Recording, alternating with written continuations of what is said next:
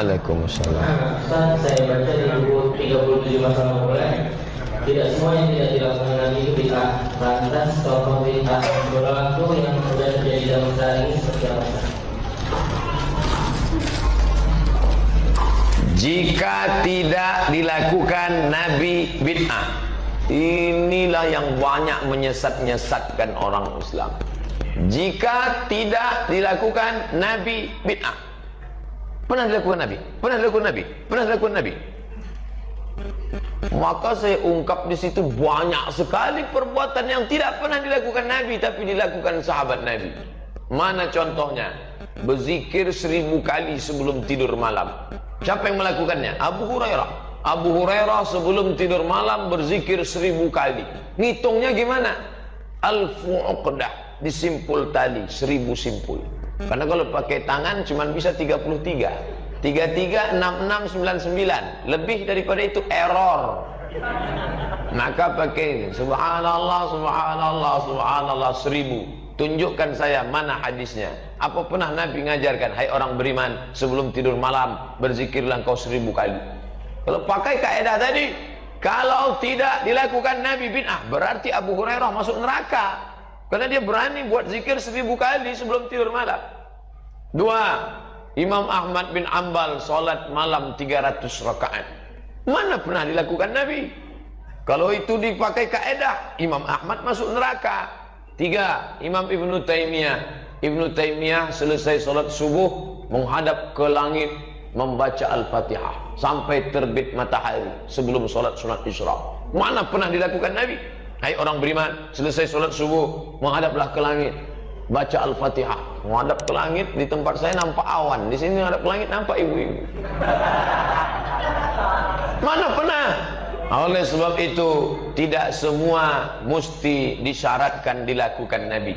Kalau ada dalilnya tidak bertentangan dengan sunnah, maka baik dilaksanakan. Muncul pertanyaan, kalau begitu yang bid'ah dolalah itu mana?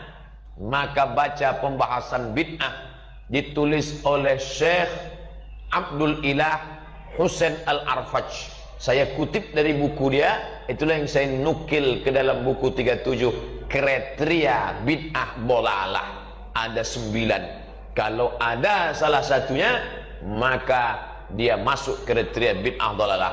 Melakukan amal tertentu pada hari tertentu dengan jumlah bilangan tertentu, mengharapkan dengan balasan tertentu, maka itu bid'ah dalalah. Kalau engkau membaca subhanallah 3000 kali pada hari Jumat, maka akan turun 1000 malaikat didampingi 1000 bidadari. Itu tak ada. Tapi selama ini ulama-ulama mengajarkan, dia hanya mengajarkan latihan zikir tahlil 1000 kali. Silakan, ya Rahman ya Rahim sekian kali, silakan. Maka ini perbuatan baik, tidak disebut bid'ah.